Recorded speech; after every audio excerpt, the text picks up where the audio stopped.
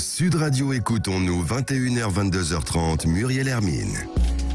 Et nous entamons notre dernière partie de soirée dans cette émission Écoutons-nous, qui est votre émission, puisque je suis là pour vous accompagner dans vos difficultés, dans vos doutes, etc. Donc n'hésitez pas à appeler le standard de Sud Radio 0826 300 300, et dès maintenant c'est Abby que nous accueillons. Bonsoir Abby. Bonsoir Muriel. Bonsoir. Bienvenue sur l'antenne. Merci de m'accueillir sur votre antenne. C'est un plaisir. Alors, expliquez-moi, pourquoi vous m'avez appelé ? Alors, je vous ai appelé parce que j'ai un événement qui va arriver, J'ai un entretien d'embauche qui va arriver d'ici sous peu, ce vendredi. Oh, super. Et surtout avec la période dans laquelle on est, c'est effectivement quelque chose de très positif. Mais disons que ce n'est pas le premier entretien que j'ai depuis mes 2 années de chômage. Voilà, je suis sans emploi depuis 2 ans parce que j'ai une tendance à l'auto-sabotage. Oh, d'accord. Et c'est vrai que je souhaiterais, parce que ce poste m'intéresse grandement. Il est en plus à l'étranger et effectivement, ça me met une certaine pression parce que je ne veux pas tout gâcher. Voilà. Mais je pense qu'il faut que je vous explique, parce que je pense avoir compris un petit peu ce qui s'est passé. Donc pour revenir, déjà je vais vous donner une information très importante. Donc les personnes qui m'écouteront ce soir seront au courant pour la première fois. Je suis malvoyante et j'ai une maladie auto-immune. Et c'est très important que je vous dise ça parce que ça rentre dans le storytelling, dans l'histoire. Donc j'ai 32 ans et j'avais un emploi d'acheteuse internationale dans une très grande entreprise française où j'ai eu la chance de travailler en France et à l'étranger.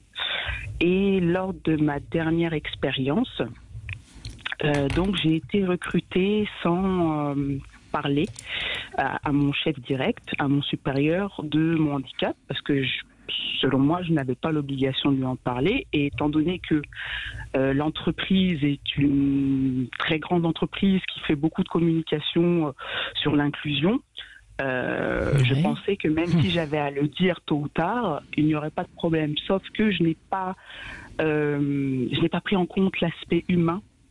C'est-à-dire que quand mon manager a été au courant, il l'a très très mal pris. Il s'est senti trahi, non ?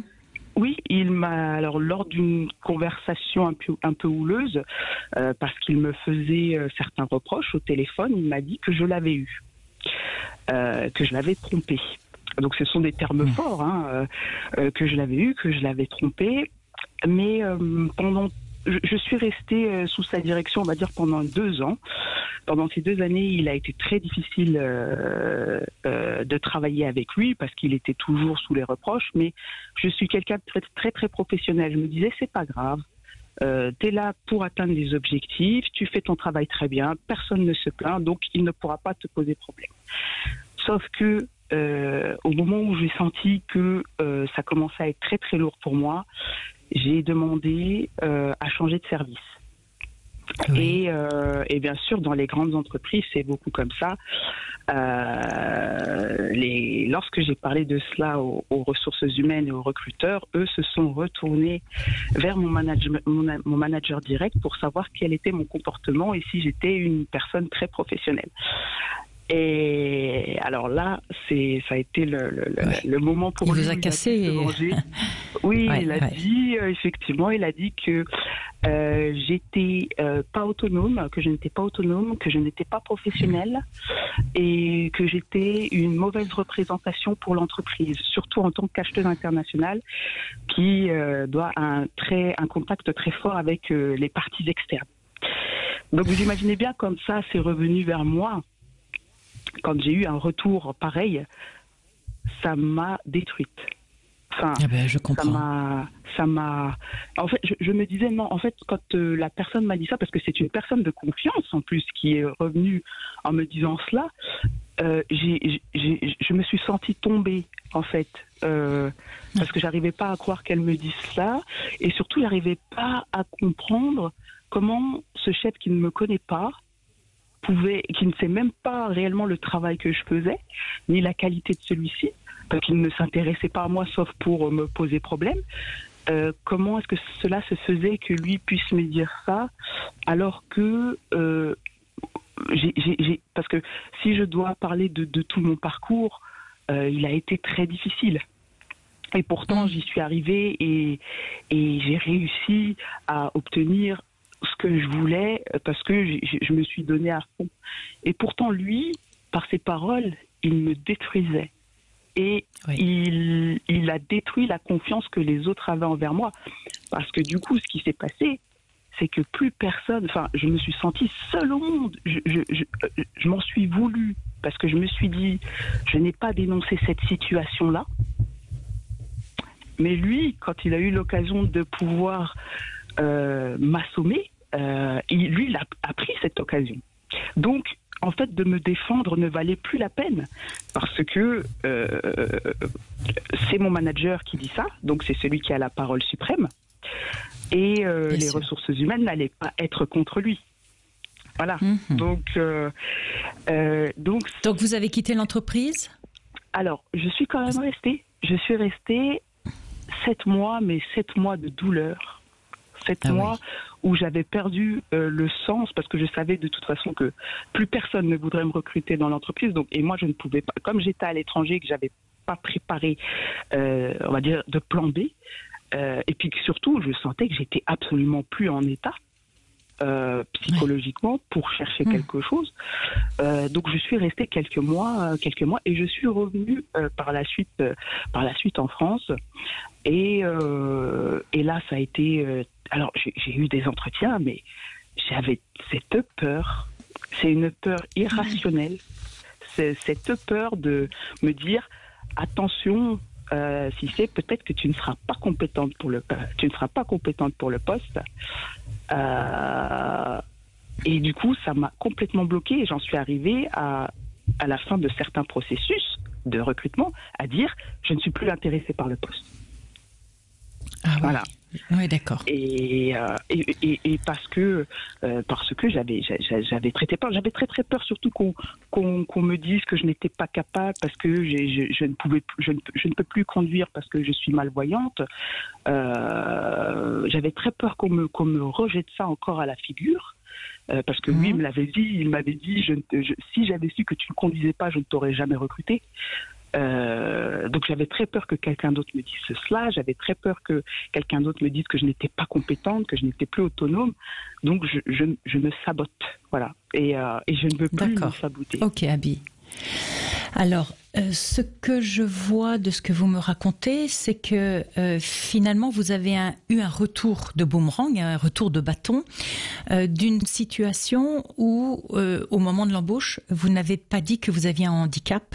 Et quand votre manager l'a découvert, il s'est senti trahi, trompé, et que d'une certaine façon, il a après nourri une rancœur contre vous, et rancœur qu'il vous a renvoyé en pleine figure au moment où vous avez souhaité bouger. Parce que la vie lui a offert la possibilité de se venger. C'est cela. De ce sentiment de ne pas avoir été informé finalement de la réalité et finalement de ne pas pouvoir choisir en pleine conscience. Vous voyez ce que je veux dire ? Oui. Là aujourd'hui où vous postulez, alors je comprends d'abord j'ai une question qui est comment votre corps a réagi à toute cette période, parce que ça a dû être très compliqué physiquement. J'ai pris une 20aine de kilos. Oui. J'ai pris... Ah, j'ai un petit souci, je n'entends plus. Allô, allô, allô. Est-ce que vous m'entendez ? Allô ? Abby ? Oui, Abby. Ah, je ne vous entendais plus. Il y a eu une petite coupure. Vous avez disparu à un moment donné. D'accord. Alors, vous me disiez que vous aviez pris 20 kilos. Oui, j'ai pris une 20aine de kilos. Je me réveillais tous les matins avec une migraine. En plus, j'ai une maladie auto-immune. qui est inflammatoire, donc j'étais pleine de douleurs. Tous les jours, tout le temps. En plus, à ce moment-là, mon petit ami n'était pas avec moi. Donc je me suis sentie encore plus seule. Et c'est vrai que physiquement, ça a été la décadence. La décadence. Et puis aussi, ce qui rendait les choses très difficiles, c'est que je n'avais parlé de ce revers qu'à mon petit ami et à personne d'autre. Parce que j'avais honte. J'avais honte. Moi, Abby, qui se bat tout le temps, qui arrive tout, et ben là, c'était un revers. Voilà, c'était une honte pour moi. Donc c'est vrai que je me suis vraiment perdue dans tout cela. Oui. Mais physiquement, oui, ça a été la décadence. Hein. Même maintenant, d'ailleurs, j'essaye de perdre cette vingtaine de kilos que je n'arrive pas à perdre. Donc, oui, mais parce que le problème n'est pas réglé, toujours, Abby. Parce que ce que je ressens à travers ce que vous me dites, c'est d'abord, de toute façon, c'était quasi impossible pour vous de retrouver du travail tout ce temps où vous étiez dans une souffrance physique consécutive à cette souffrance psychologique, mentale que vous avez traversée. Hein. Il faut vraiment voir le lien entre les deux. Et revient souvent dans votre discours le fait que vous me dites, ben voilà, pour la première fois, je le dis, la seule personne qui le sait, c'est mon petit ami. J'ai l'impression que vous avez honte d'être malvoyante. Vous n'assumez pas de l'être. Alors, vous niez ce qui fait votre force. La source même de tout ce que vous avez pu surmonter, tout ce que vous avez pu vaincre, vous le niez. Oui, mais parce que vous avez sans doute raison. Hein. Enfin, je pense l'accepter, mais sans doute que je ne suis pas réellement dans ce chemin de vivre avec, parce que c'est une maladie évolutive. Et qui pourra faire que je vais sans doute finir aveugle. Donc même si j'essaye de vivre au mieux au jour le jour avec cette maladie-là, elle est quand même très difficile à accepter parce que elle se détériore très très vite.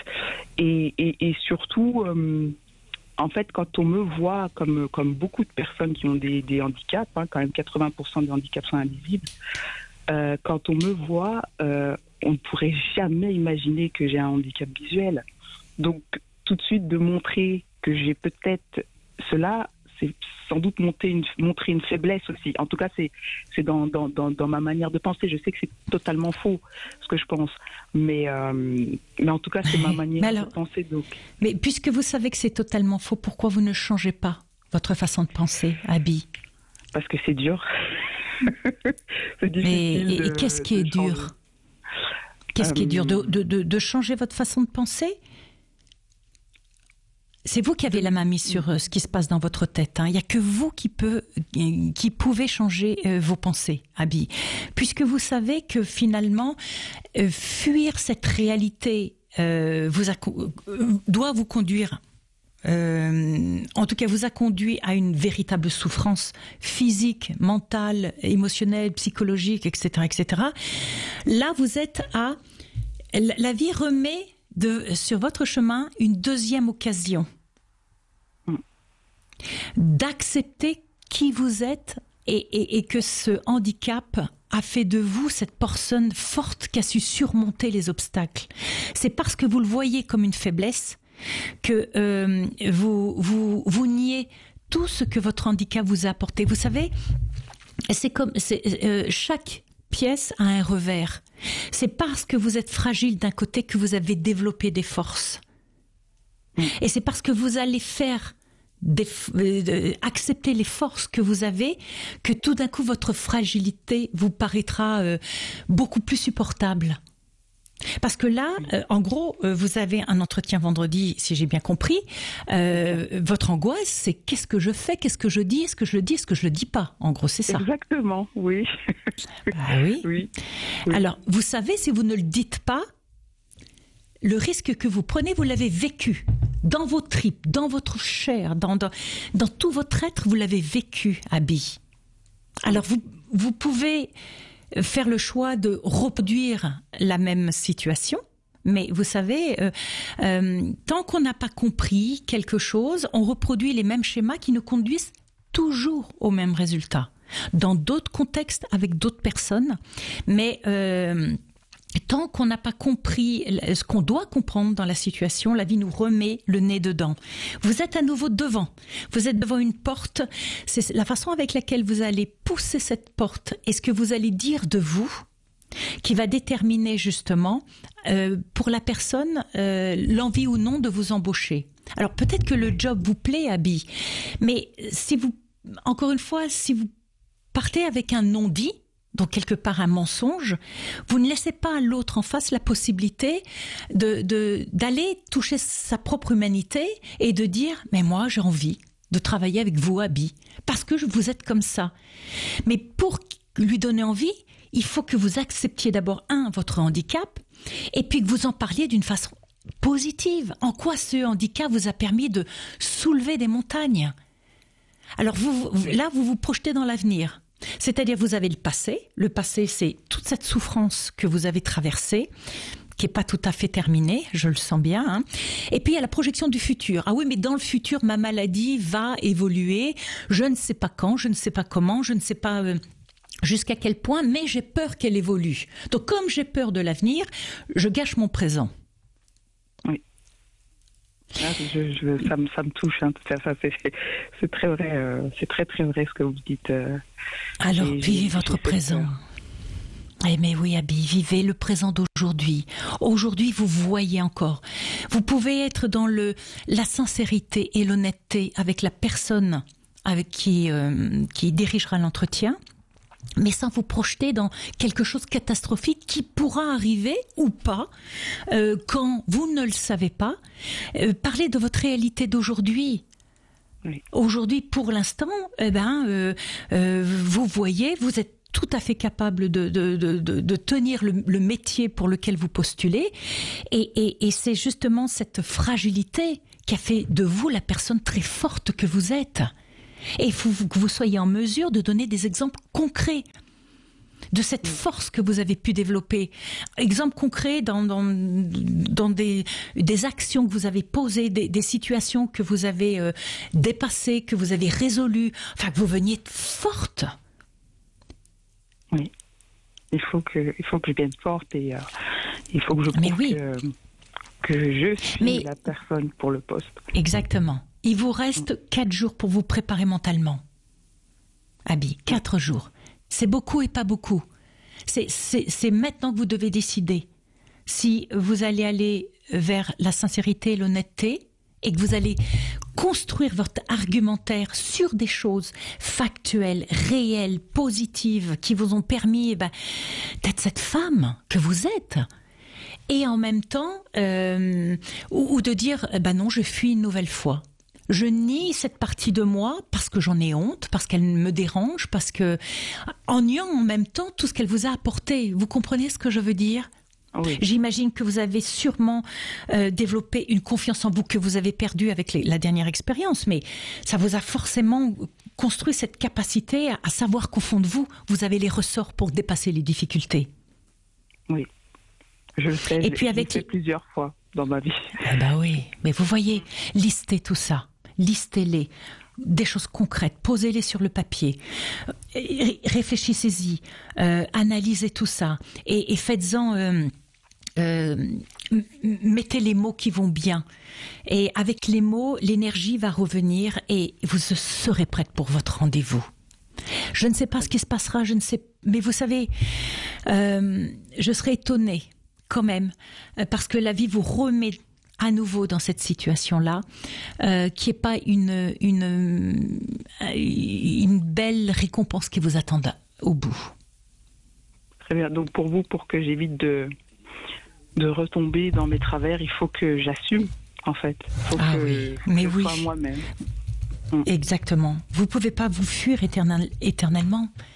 Abby, vous pouvez pas vous fuir. Sinon, vous ne vivrez jamais votre vie. Vous voyez ce que je veux dire? Vous serez toujours à côté en essayant de concilier les choses pour que ça passe, mais en niant. La vie, je ne sais pas pourquoi vous avez cette maladie, ni finalement jusqu'où elle vous emmènera, mais en tout cas, elle a fait de vous ce que vous êtes aujourd'hui. Et peut-être qu'en l'assumant, eh bien, et en la reconnaissant et en la regardant d'une façon positive, même si c'est compliqué, je l'entends très bien, eh bien, vous pouvez aussi l'aider à évoluer beaucoup moins vite, si tel devait être le cas. Si tel devait être le cas. Je ne dis pas que ça le sera forcément. Parce que vous ne savez pas, à partir du moment où mentalement vous posez des nouvelles choses, Abby, à quel point ça a un impact sur le physique, sur l'émotionnel, sur l'ego, voilà, il y a un moment donné, votre âme, elle a besoin de vivre ce qu'elle est venue vivre. Alors soyez en accord avec tout ça. Oui. Merci beaucoup. Abby, vraiment, appelez-moi. Appelez-moi, c'est vendredi, appelez-moi la semaine prochaine. D'accord? Pour me partager comment ça s'est passé, l'expérience, ne serait de ce que vous avez ressenti en étant vous-même, en assumant qui vous êtes vraiment. Très bien, je vous appellerai la semaine prochaine. Merci Muriel. Ah, merci. Merci beaucoup. Je vous embrasse très fort et je vous envoie plein d'énergie. Merci. Que vous ayez peur, c'est normal. Vous savez d'où vient votre peur. À partir du moment où vous l'avez identifiée, eh bien vous allez voir qu'elle va s'aplanir et puis que les mots vont venir, l'énergie va venir et vous serez magnifique à cet entretien. Parce que vous avez quelque chose en plus des autres. Ne regardez pas ce que vous avez en moins. Regardez tout ce que vous avez en plus.